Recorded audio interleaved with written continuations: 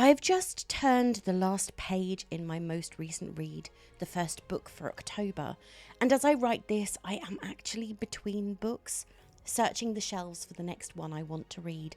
It may even be a reread, as I am veering close to the few Jilly Cooper novels on the Rutshire Chronicles that I still own, though I am also sort of veering towards a new cosy crime that was literally only delivered the day before yesterday. I can't believe that we are already in October, spooky season, the beginning of autumn. The last few months pretty much flew by, and I am staring down December as though it's only a few days away. Christmas is not that long away, and I hate that I had to mention that word. I am hopeful that this month is going to get off to a stronger start than the last few, but as we're only a few days in, who knows what's going to happen? I certainly don't. I do have a lot to look forward to over the next few weeks. My mum turned 70 when, just over a year ago, we weren't sure that she was going to make it to 69. I have a few doctor appointments, and it's also time for Darcy's annual vet check, which takes up a large portion of any spare day that I may happen to have. Anyway, less of that, it is time to talk about books. More books, and nothing but the books. So help me. Well, you get the picture. Anyway, here I am, no spoilers, as opinion-filled as ever, and ready to roll. All of which means it's time for the latest episode of Being Bookish. This week, I am headed back in time to visit old favourite characters and meet new ones, as I traipse from Longbourn to London and several places in between, while getting to know the quiet and unassuming Mary Bennet in Janice Hadlow's 650-page sequel to Pride and Prejudice, The Other Bennet Sister. I'm your host, Ray, self-confessed bookworm, introvert, hermit, and long-term depression sufferer.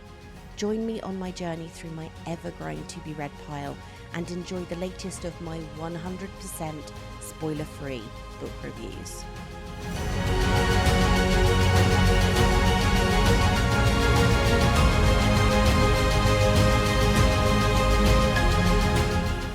This book was actually on my reading list for quite a while before I was given it as a birthday present back in 2023, I think, so only a year and a bit.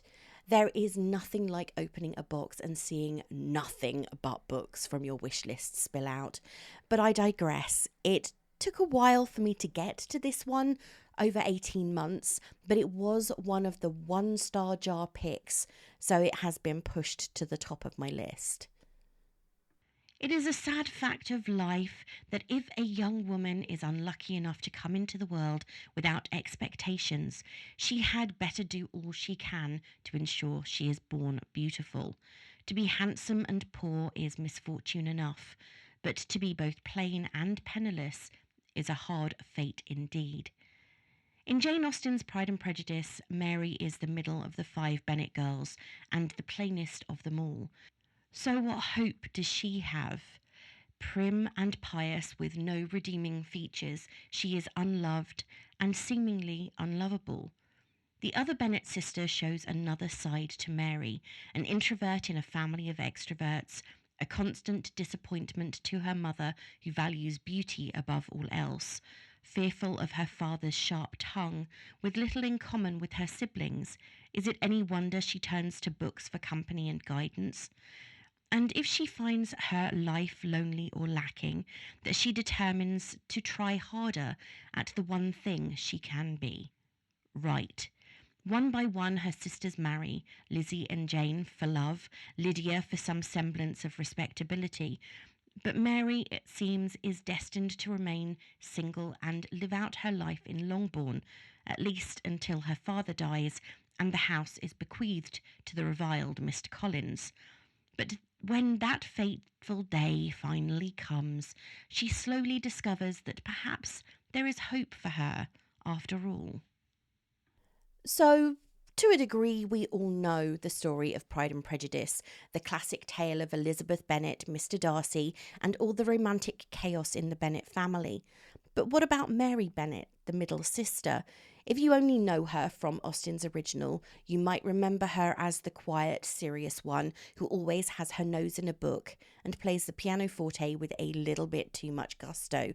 She's usually overlooked by both her family and the readers, almost a background character, if you will, in the Bennet household. But in The Other Bennet Sister by Janice Hadlow, we finally get to dive into Mary's perspective of things and discover that there is way more to her than anyone thought. The story starts with Mary's early years at Longbourn, and immediately you can tell that she is the odd one out. Jane is stunningly beautiful and gentle. Elizabeth's got sparkling wit and incredible self-confidence. And even the youngest two, Kitty and Lydia, are full of life and silliness. They pair off. Then there's Mary, plain, awkward, and always the one stuck in the background, almost forgotten. Mrs Bennet isn't exactly shy in showing her disappointment in Mary, especially since she's not what is considered marriage material. Mrs Bennet's mission in life is, of course, as we know, to marry off her daughters to wealthy men, and in her eyes, Mary just doesn't make the cut. From the outset, you feel pity for Mary. It's rough being the unremarkable one in a family where everyone else has something special, a perfect quality, if you will. So Mary understandably retreats into her books, her morals, and her music, trying to be good and pious. Maybe if she can't be pretty or charming, she can at least be the virtuous one. She has this image of herself that's very black and white. She figures that she's doomed to be the serious sister forever, as that is how everyone sees her, so she plays up to that part. Then we reach the familiar events from Pride and Prejudice, but this time they are all seen through Mary's eyes. She's sitting on the sidelines while her sisters are getting all the attention and becoming the centre, in Lydia's case, of romantic drama. Jane has her endeavours with Mr Bingley, and Elizabeth is in the middle of her love-hate thing with Mr Darcy. Of course, we know we have Lydia and her scandalous elopement with Mr Wickham. And Mary, she's just there, watching everything happen, feeling completely left out and somewhat invisible. It's a reminder that while everyone else is experiencing excitement and romance, Mary is just trying to figure out who she is and where she fits in. At one point, Mary thinks there may be hope for her when Mr Collins, the cousin and future heir to Longbourn, comes to visit. He's a clergyman, he's serious like her, and she figures they may be a good match. But that hope quickly dissolves when first he proposes to Elizabeth, having been deterred from any interest in Jane, and her hopes rise a little when Elizabeth turns him down. But then Mr Collins turns his attentions to Charlotte Lucas, thinking, wait, shouldn't it be me? Watching him marry Charlotte, Mary feels that familiar pang of disappointment and invisibility. It's like the world continues to remind her that she simply doesn't fit in. Then tragedy strikes. Mr Bennet dies, and this completely changes the remaining people's situation in Longbourn. With no male heir in their immediate family, it now is entailed to Mr Collins, and Mrs Bennet and Mary are left scrambling. Jane and her husband, Mr Bingley, offer Mrs Bennet and Mary a place to stay at Netherfield Park, which seems like a relief at first, but it doesn't take long for Mary to realise this situation is far from ideal. Staying at the Bingleys means dealing with Caroline Bingley, who is still as snobbish as ever. She makes little digs at Mary, snide remarks about her looks, her lack of accomplishments, and her low social standing. Classic Caroline Bingley, if you've read Pride and Prejudice. It's clear she thinks that Mary is far beneath her, and she doesn't even try to hide it. Living with Jane and Mr Bingley becomes suffocating. She's grateful to Jane, who is always sweet and welcoming, but the constant tensions with Caroline take a toll. After years of being belittled, Mary realises she can't stay in a place where she's treated as though she doesn't belong. She spent her whole life being made to feel small, trying to fit in, trying to sort of move under the radar, and she's ready for a change, for the chance to discover herself outside of her family's shadow. So she makes a decision. She's going to leave, and she ends up at Pemberley, staying with Elizabeth and Mr Darcy. Pemberley is magnificent, as we know from the descriptions in the book, the television series, and the film interpretations. It's a stunning estate. She's excited to spend time with Elizabeth away from the rest of the family and to experience a little bit, maybe, of society life. She enjoys the elegance of Pemberley, though she isn't given access to the libraries that are at Mr Darcy's disposal, much to her dismay. And for a time, she feels as though she belongs. But then Georgiana Darcy returns home, and it is made very clear that things aren't always as they appear. Georgiana is lovely, she's sweet, and everything that Mary isn't. She's charming and sociable and instantly adored. And Elizabeth and Mr Darcy are very close to Darcy's younger sister. As Mary watches their closeness, it begins to sting. This is a relationship she has never enjoyed with any of her own sisters. She's always been the one to feel like the outsider, and seeing Georgiana and Elizabeth together reminds her just how much of an outsider in her own family she really is. She wishes that she could experience that kind of bond, but it is so far out of reach, at least in her perceptions. This is a tough pill for Mary to swallow, especially when she knows it's not anyone else's fault. It's just a reminder of what Mary personally feels that she lacks. Eventually, Mary heads back to Longbourn, where Charlotte Collins and Mr Collins have settled into their new life. They have some children, and they are enjoying making Longbourn their home. Mary is welcomed back with open arms, and for her there is something comfortable in returning to familiar surroundings. Initially, things go very well, but as she spends more time with Charlotte, she begins to realise that not everything is as perfect as it seems. Charlotte and Mr Collins may present a united front, but it quickly becomes clear that Charlotte's marriage isn't all sunshine and roses. There's a sense of duty and compromise rather than love and passion, and this understanding leaves Mary feeling somewhat uncomfortable. After a time at Longbourn, Mary begins to feel increasingly like an intruder in Charlotte and Mr Collins' marriage. And then she encounters Lady Catherine de Bourgh, who was Mr Collins' benefactress.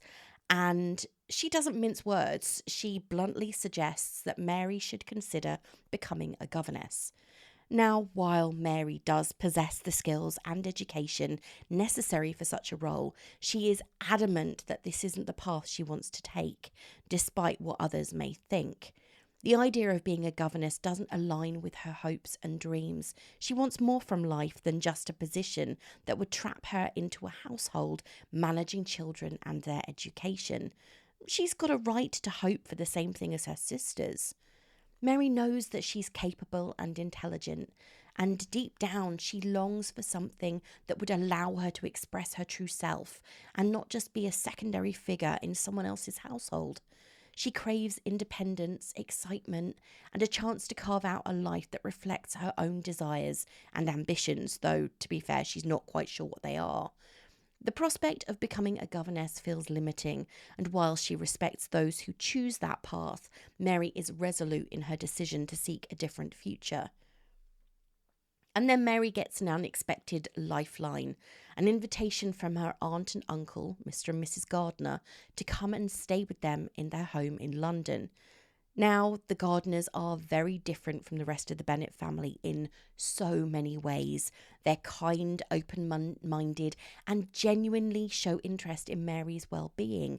Mary, who's been feeling so stifled and overlooked, sees the invitation as a chance to break free and maybe, just maybe, start a fresh chapter in her life. Moving to London is huge for Mary. It's the first time she's really been away from the narrow world of Longbourn and Meryton, and the vibrant, bustling city is a revelation, albeit a daunting one at first. London is full of new sights and sounds, and perhaps most importantly, people who don't see her as that plain Bennet sister. For the first time, Mary is surrounded by people who have no preconceived notions about her. This change in environment allows her to explore who she is beyond her family's expectations. The Gardiners encourage her to attend social events, meet new people, and just enjoy herself, which is all a bit overwhelming at first. She's been so used to hiding in the background that it takes her a while to adjust to this new level of freedom. But she starts to blossom under the care of the Gardiners, slowly coming out of her shell, trying new things, and even exploring interests she's never had the courage to pursue back at Longbourn. And then enter Tom Hayward, a friend of the Gardiners. Tom is unlike any man Mary has met before. He's intelligent, charming, and a bit of a free spirit, with a lively, engaging personality that draws Mary out of her comfort zone. He's not exactly a perfect gentleman in the stiff, traditional sense, but that's part of what makes him so intriguing. Tom treats her with genuine interest and respect, and he's fascinated by the intelligence and depth of her conversation that is so different from everything else she's experienced previously. He challenges Mary in ways she's never come across. Through her growing friendship and, yes, budding attraction to Tom, Mary begins to question the rigid, moralistic identity she built around herself in her younger years. For so long, she'd thought she had to be the good girl, serious and pious and dutiful to be worthy of love. But Tom sees her as a whole person, flaws and all, and he helps her to see what she can have, a life that has both meaning and joy. With him, she starts to envisage a version of herself that's more open, vibrant, and true to her own desires. Being in London is just a place, it's just a chance for her to grow. Tom's presence in her life is pivotal. He embodies everything she thought she wasn't allowed to have or want. With him, she can be herself. She can laugh and argue, dream, and consider a future she never thought of. But of course, things aren't always that simple. Society's rules and expectations at that time were always looming in the background, and Mary has to confront the fact that pursuing a relationship with Tom may come with its own set of challenges. She's reached a point where she has to weigh what she wants against what's acceptable for a woman of her position.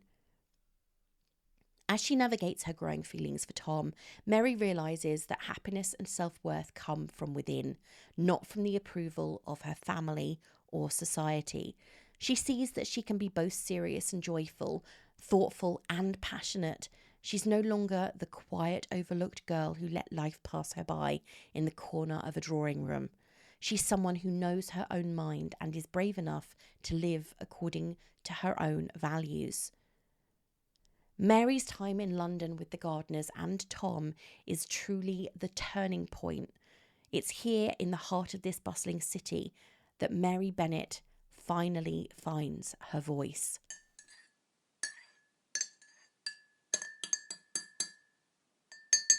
Pride and Prejudice just happens to be one of my favourite novels. Not quite my favourite, but it's up there.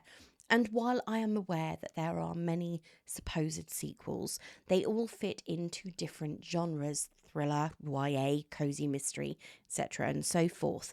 The Other Bennet Sister seems to want to fit in the category of potential classic, just like the first book, focusing on the issues of society and position during the same time period. Therese is a fan of the source work, Pride and Prejudice, but this book didn't work for her. She gave The Other Bennet Sister just 1 star and said, "I was really excited to read this. I like fan fiction because fans tend to know characters really well, and good fan fiction writers are as skilled as any author. As this is, in essence, published fan fiction, well, it certainly isn't her own characters, I had high hopes it would be a good fan fiction. Sadly, this felt like a hackneyed plot foisted on characters to whom it doesn't fit or belong. Honestly, writing fan fiction can be harder than fiction, since you have to be true to characters that aren't your own. Because if you aren't going to be true to them, why not just write your own fiction? In this case, I wish the author had written her own, because she is a good writer. But I suppose the Austen connection is more of a money maker, and therefore elaborate fan fiction it had to be. For me, I was not convinced by this version of Mary. I found that the annoying Mrs. Bennet became outright cruel and abusive, which felt very uncharitable. You can't just throw vexing in there and have it be convincing. Mr. Bennet was so neglectful it seemed cruel as well, and don't even get me started on Charlotte. The whole ugly duckling into swan story was so disappointing. This was wasted potential for Mary, a misreading of the other characters, and a charmless attempt at, well, I'm not really sure. I'll await another attempt by publishers to get some money, hoping for an author who will give Mary some genuine integrity and who won't treat the other characters so abysmally either. It is also far too long, and there is something arrogant about that, like the author wanted to outdo Austen with Austen's own characters. A lot of this could have been trimmed for the plot, certainly didn't need all these pages. Ouch. That definitely did not pull any punches. I have to be honest, given the number of recommendations that led to me putting this book on my wish list in the first place, I was surprised at how many people who read it and gave it those low ratings didn't enjoy it, and even more so at the number of people who DNF'd it before the story began to properly develop outside the plot we're all familiar with from Pride and Prejudice. As I went through the 1-star reviews for The Other Bennet Sister across both StoryGraph and Goodreads, I noticed that a considerable number of these negative reviews shared one thing in common: a DNF close to the start of the book, with the feeling that they were reading a poor regurgitation of the entirety of Pride and Prejudice. Being completely honest, and this is something I will go into in more detail when I give my review, I reached several points in the book where I contemplated giving up. My reasons for those feelings aren't complicated by any stretch, and I will talk about them. As I always say when it comes to reviews, opinions are incredibly personal, and that is far more obvious with some books than others. On Goodreads, the overall rating for the book is 4.15, and on StoryGraph, it's not that much less at 4.12. This makes it one of the highest rated books I've reviewed on the podcast in quite a while, which makes me rather sad.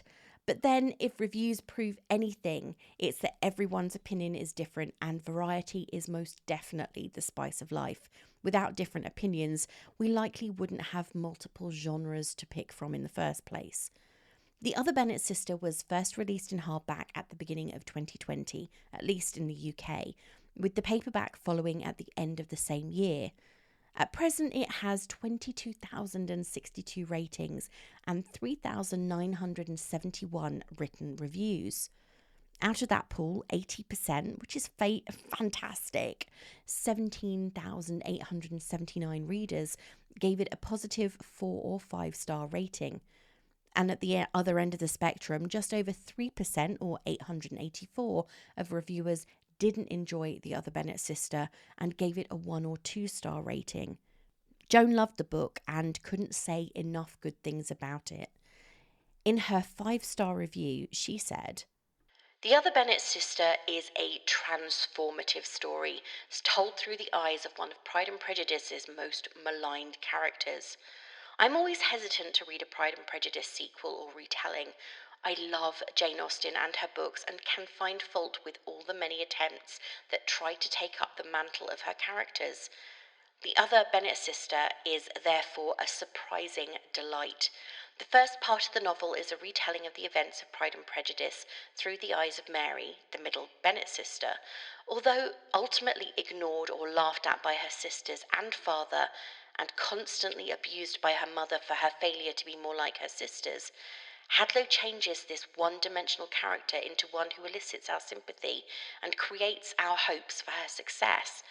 Hadlow doesn't just recreate the scenes from the novel, but enhances them through the sensibilities and actions of Austen's minor characters.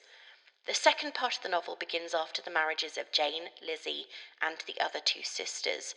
Mr Bennet has died, and Mary, alone of the sisters, finds herself without a home or money of her own. Adrift and looking for a place to settle, Mary is shifted from Jane's house to Lizzie's, feeling unwanted in both places.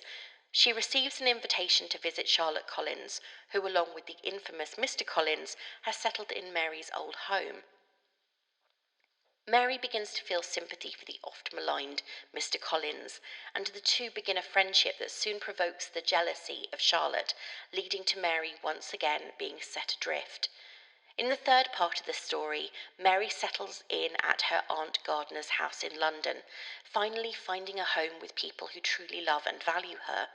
Mary begins to change. Gaining confidence and self-worth, she soon attracts the attentions of two suitors who vie for her affections. In one of the novel's most satisfying scenes, Caroline Bingley finally gets her comeuppance at the hands of Mary Bennet. This is a fantastic retelling of a classic novel and its characters, reforming our view of Mary Bennet and elevating her into a heroine in her own right. Mary's emergence into a woman of intelligence and self-assuredness is delightful to read. Hadlow maintains the style and feel of the period, creating a wonderful sense of time and place. My reading of Pride and Prejudice will be forever transformed after reading this novel. A must for fans of Jane Austen, as well as for those who love novels that feature strong, intelligent heroines of any period. Right now, I have to admit that there isn't much historical fiction on my shelves. It's not that I don't like it, it's more that I am cautious, as I've had a number of poor experiences with historical novels. Unless, of course, you count novels that were actually written during the 80s, released during the 80s, and now are over 40 years old, of course. Historical novels have promised so much for me, and I felt that a large number of the ones I've read did not quite deliver what I was hoping for. Of course, that is all on me, so perhaps I need some more decent recommendations.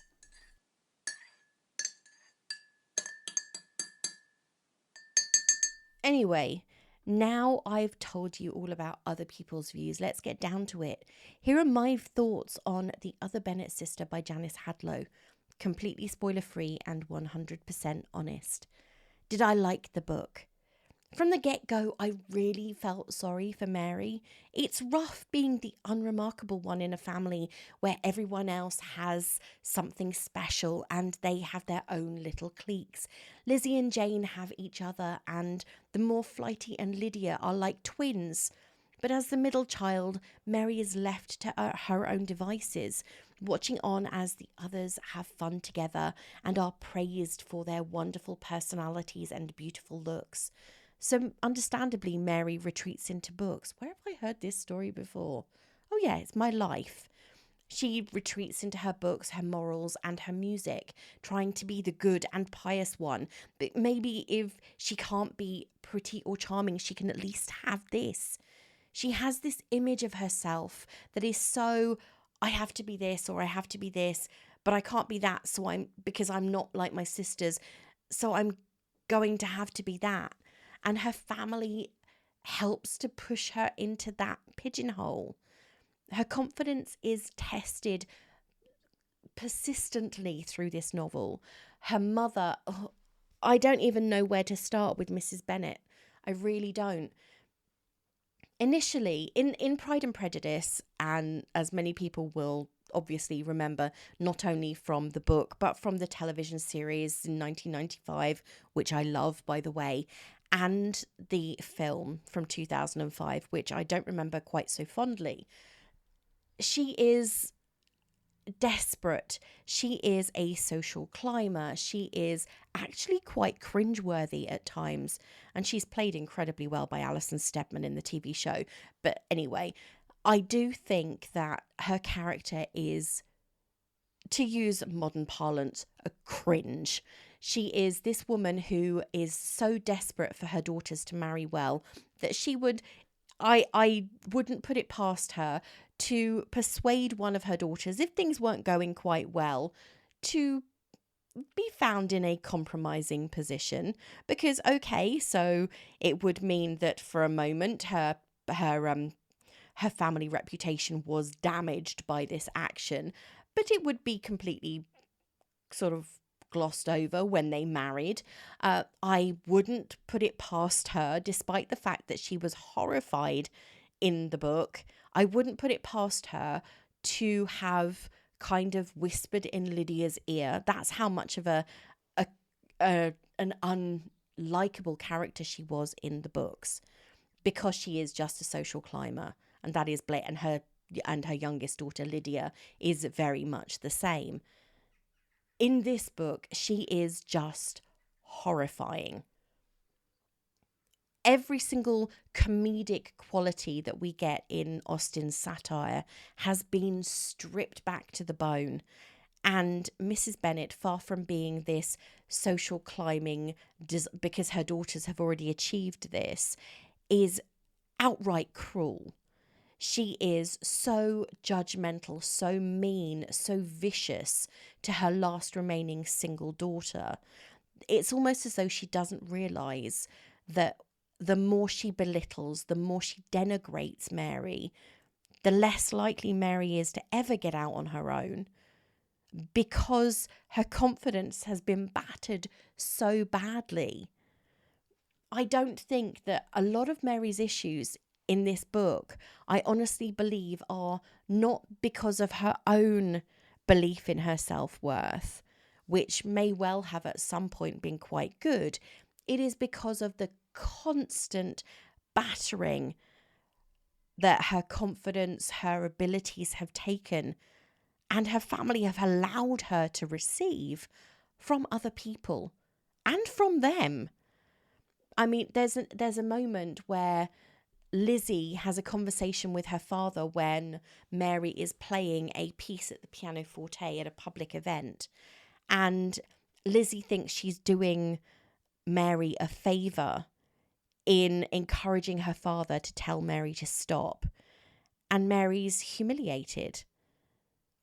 And that festers. It's mentioned several times. Her feelings at that moment are mentioned several times.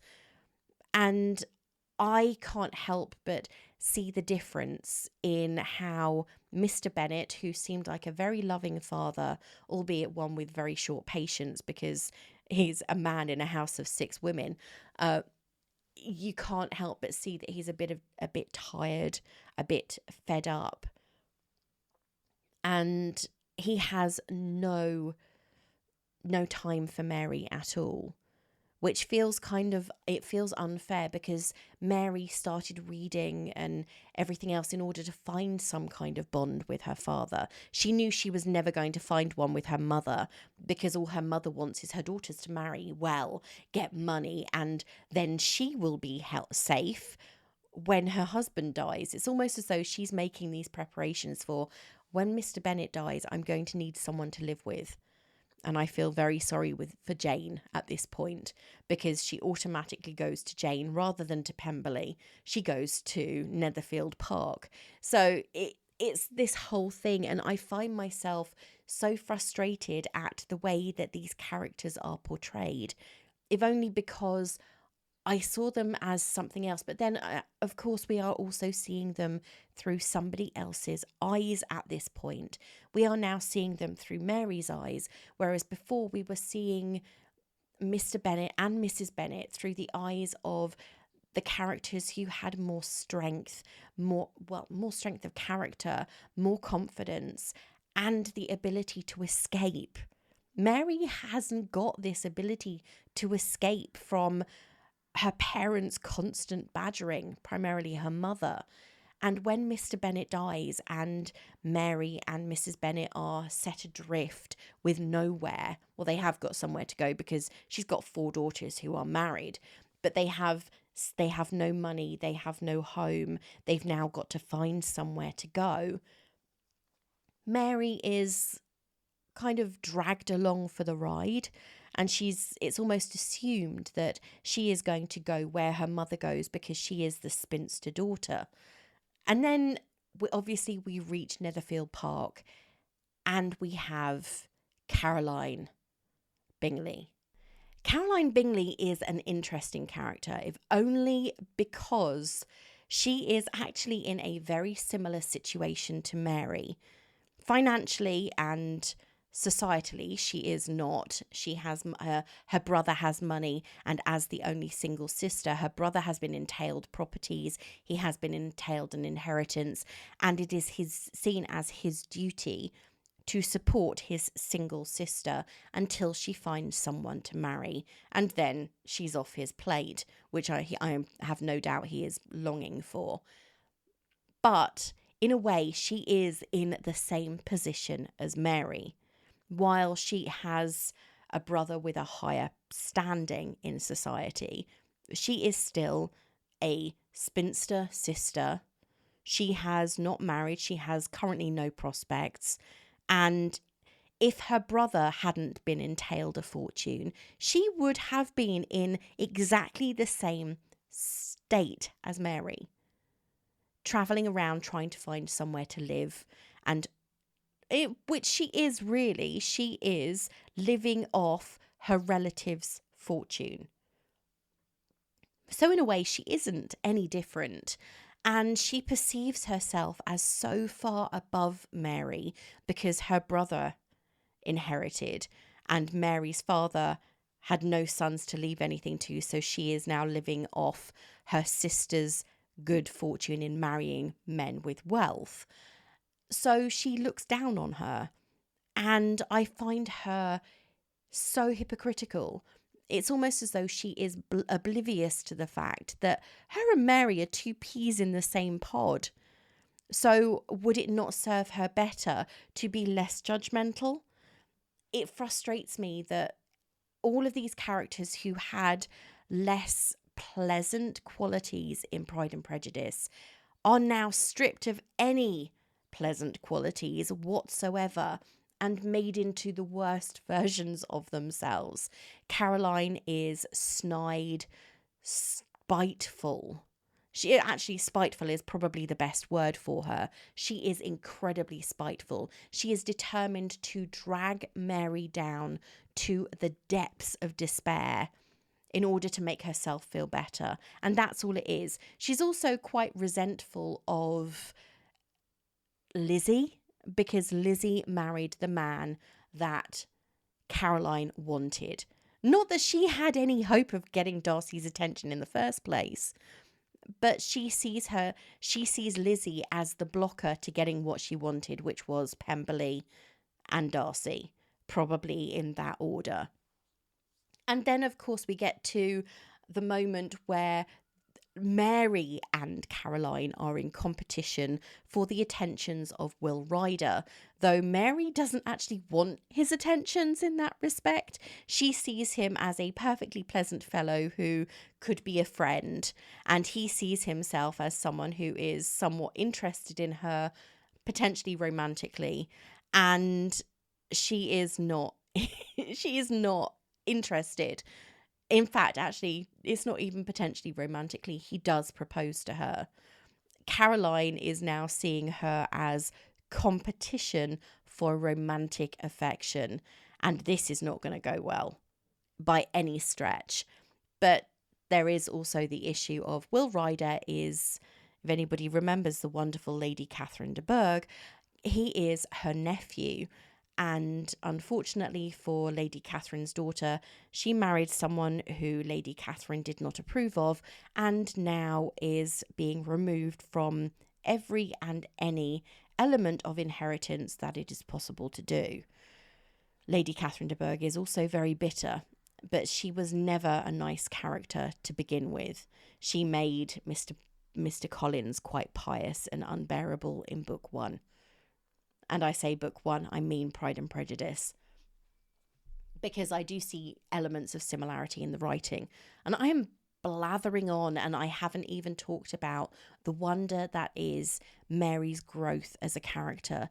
She becomes a butterfly out of a cocoon. The first few parts of the book are as though Mary is in a cocoon. She is trapped in societal expectation. She is trapped in this box that her parents have made for her siblings have built onto, and all these other people that she has kept a contact with have carried on nailing little bits of wood to this box that's trapped her cocoon. And when she finally goes to spend time in London with the Gardiners, who were amazing characters in Pride and Prejudice, and their character seems to just grow, but it stays the same in that it's still wonderful and comforting and nourishing. She is finally a butterfly. I hate this particular metaphor, but it is true. She finally spreads her wings. She finds out who she is and has a chance to become a better version of herself. Not that she needed to become a better version. She was already a good person. She kind of knew who she was. She knew that she didn't want to stay in this box that her family had built for her, the one that said middle sister, not pretty, a bit too overzealous, blue stocking, annoying, never going to get married. All of these things describe how Mary was perceived by her family. And when she goes to London, it's like, I'm not any of those things. Get me out. And she almost punches her way out of this cocoon, this box that her family have built for her, and becomes vibrant and fun. Or rather, she's able to become these things or show these aspects of her character that have likely always been there. She's just been so used to, you're the middle sister, you're not worth much, oh, you're never going to get married, why don't you become a governess?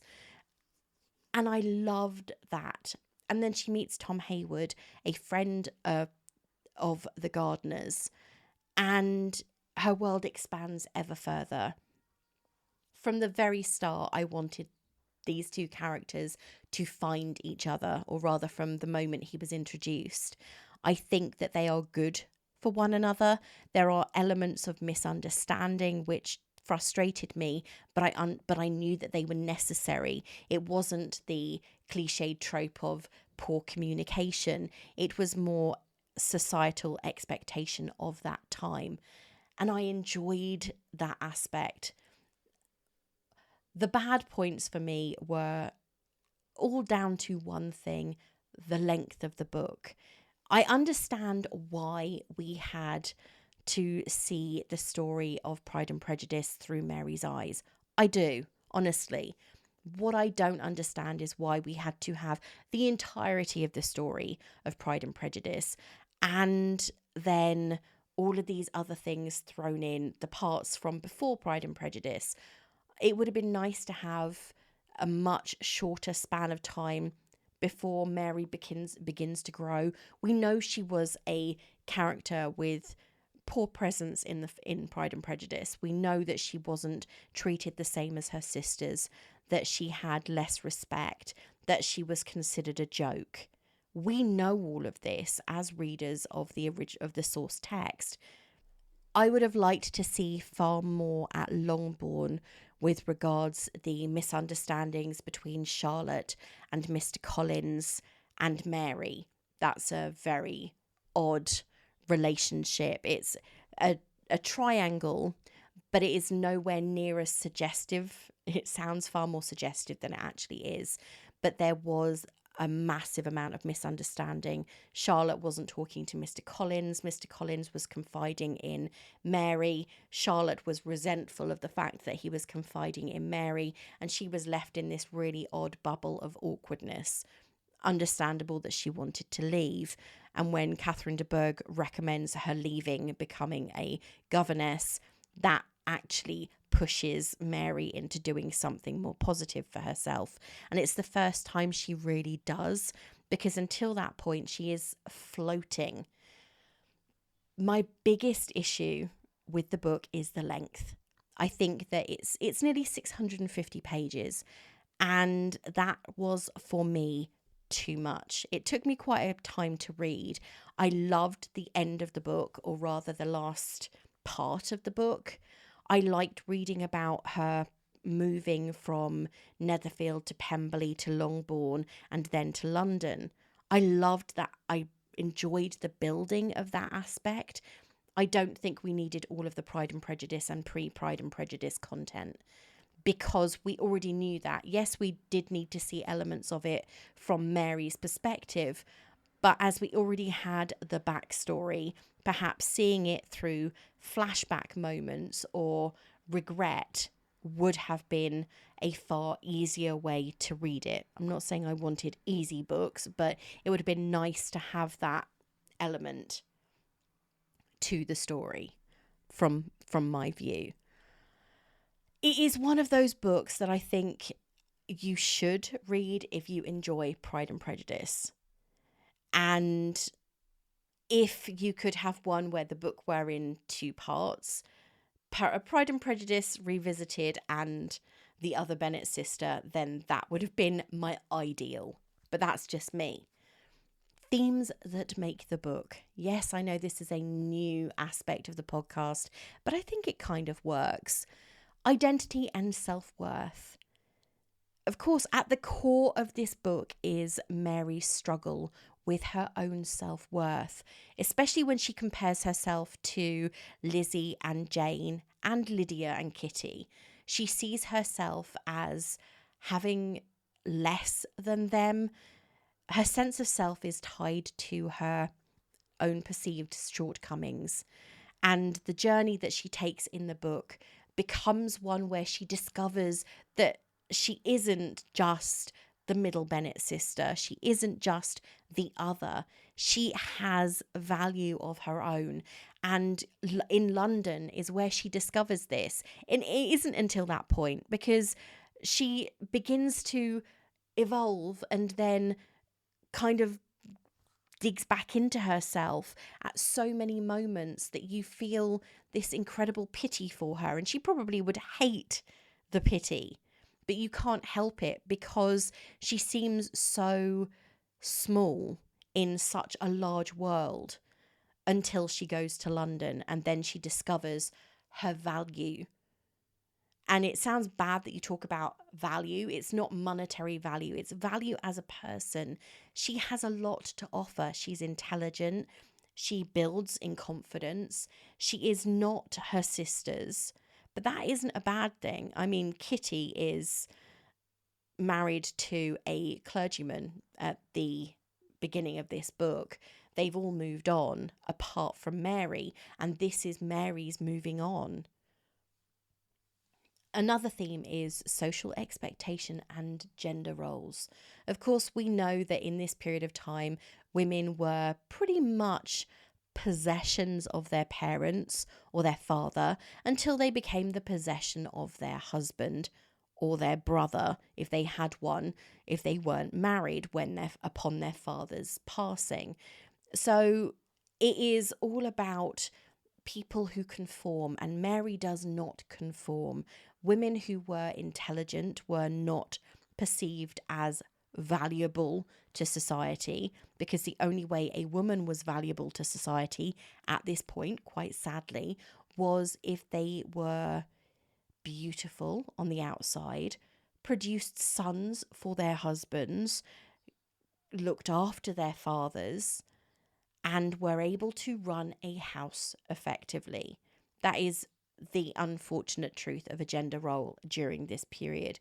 Mary eventually finds independence, But then she isn't someone who conforms. She is intelligent. She wants to increase her knowledge.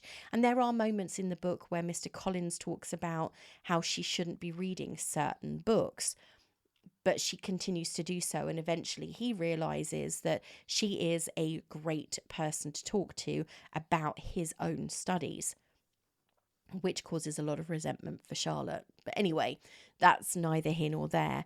She eventually realizes that happiness for her may lie outside the traditional roles that women are brought up to believe are their position in society.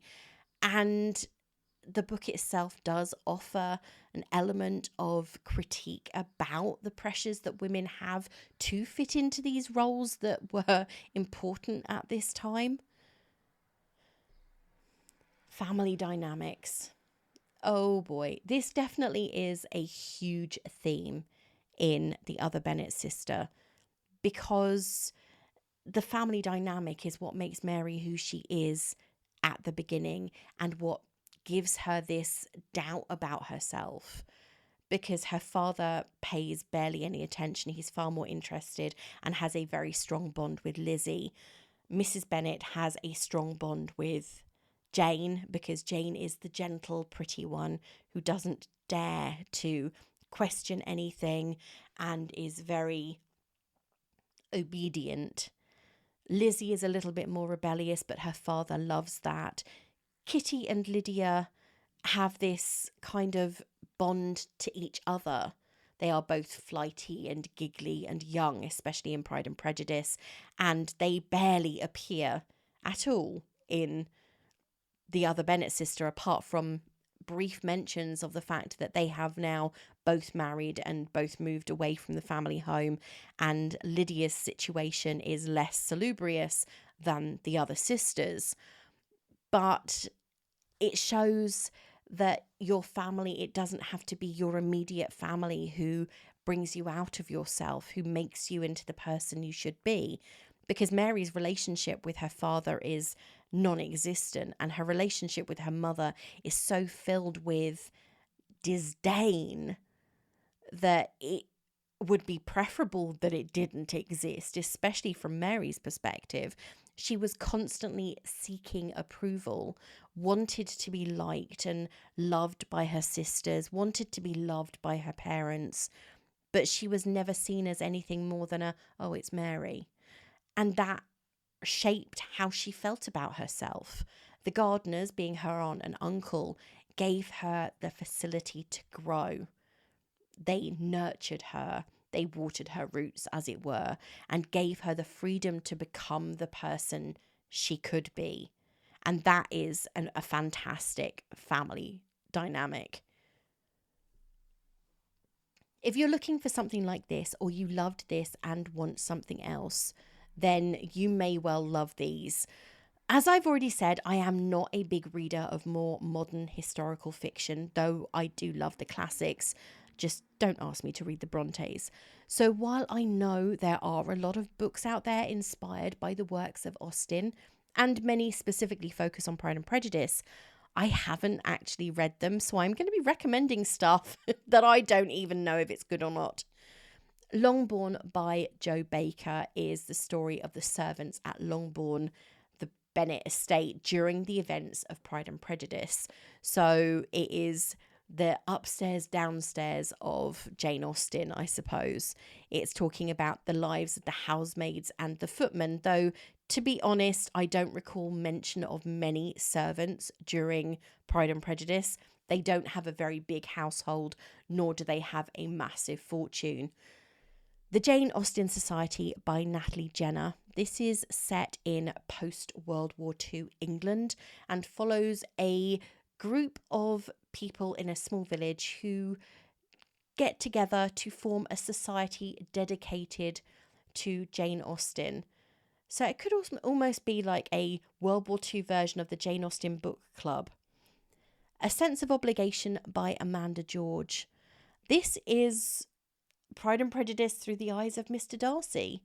So providing insights into his thoughts and motivations as he interacts with Elizabeth Bennet, I wonder how that portrays the original proposal. And of course, Death Comes to Pemberley by P.D. James. 6 years after Darcy and Lizzie have married, they are visited by her younger sister Lydia and her much reviled husband Wickham. The fact that Darcy let him through the door is incredible. However, things are not all as they seem, especially when Wickham turns up dead and it's clear that the death wasn't from natural causes.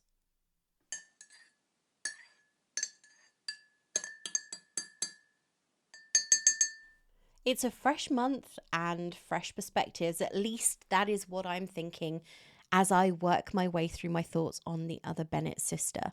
I have been pretty disciplined when it comes to my book buying, though there have been a few purchases here and there. There has been no huge haul to talk about. Yay! That having been said, my book pre-orders over the next few months are a little bit on the higher side, but they are beautiful special editions of books I actually want to read for a change. I'm not going to stop myself from buying a book if I really want to, but I do have some really good options on the bookshelves right now. And I have a few that, as part of my 24 for 2024, really need to be read before the end of this year. In fact, there are 8 left on that list, and with only 3 months to go, that's almost 3 books a month, in addition to my 3 one-star picks a month, and the Agatha Christie reads, and of course anything else that crosses my path. I had made incredible progress towards finishing the 24 earlier in the year, but over the last few months, as I've hit something of a slump, things have slowed down a little. I am determined that they will pick up again, but I'm not going to put any pressure on myself because that way lies, historically at least, a reading disaster. Right now, I am going to focus on a month at a time because stressing or panicking about something that is meant to be fun is a waste of energy, and even worse than that, makes a pastime I love into something of a chore. And believe me, no one, least of all me, wants that. Well, that's it for this week, and thank you for listening to this rather extended episode. If you like what you hear, why not share it with your friends and family? And please post a star rating on Apple Podcasts, Spotify, or any of the other podcatchers where you might listen. You can also follow me on Instagram as BeingBookishPod and on X as being_bookish. You can find these episodes and video content on my YouTube channel, Ray Loves Reading, which can be found under the tag @BeingBookishPod. Or if you prefer to read everything, you can find some spoiler-free reviews, which are a tad out of date, I have to admit, and my reading tracker, which I have only just updated, plus all the links to where you can find the podcast on my website, beingbookish.co.uk. Also, if you want to find out what books I have been unhauling this year, or the special editions at least, run, don't walk to my Vinted. There are only a couple of books left, and I don't have plans to add more at the moment. Now I am going to pick up the latest Rosemary Schrager Cozy Mystery series and enjoy another visit with Prudence Bulstrode and her wild niece. So until next time, this is me saying farewell.